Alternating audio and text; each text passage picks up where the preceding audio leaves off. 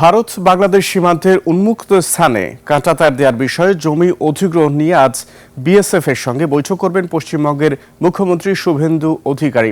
পশ্চিমবঙ্গের সরকার গঠন করার পরই ভারত বাংলাদেশ আন্তর্জাতিক সীমান্তে কাঁটাতার বসাতে তৎপর বিজেপি সরকার।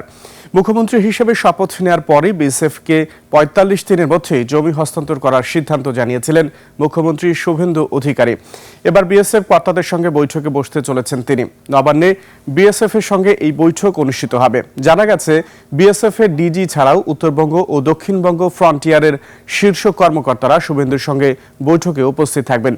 বৈঠকে মূলত জমি অধিগ্রহণ, বিএসএফ এর একাধিক আউটপোস্ট নির্মাণ, বিএসএফ এর ৫০০-র বেশি প্রকল্পের জট কাটানো নিয়ে আলোচনা হবে। ভারত বাংলাদেশ সীমান্তে পশ্চিমবঙ্গের অংশ রয়েছে ২,২১৬.৭ কিলোমিটার, যার মধ্যে ১,৬৪৭.৬৯ কিলোমিটার সীমান্তে কাঁটাতারের বেড়া রয়েছে। প্রায় ৫৬৯ কিলোমিটার এলাকায় কাঁটাতার দেয়া বাকি। প্রাকৃতিক কারণে ১১২.৭৮০ কিলোমিটার এলাকায় কাঁটাতার দেয়া সম্ভব নয়।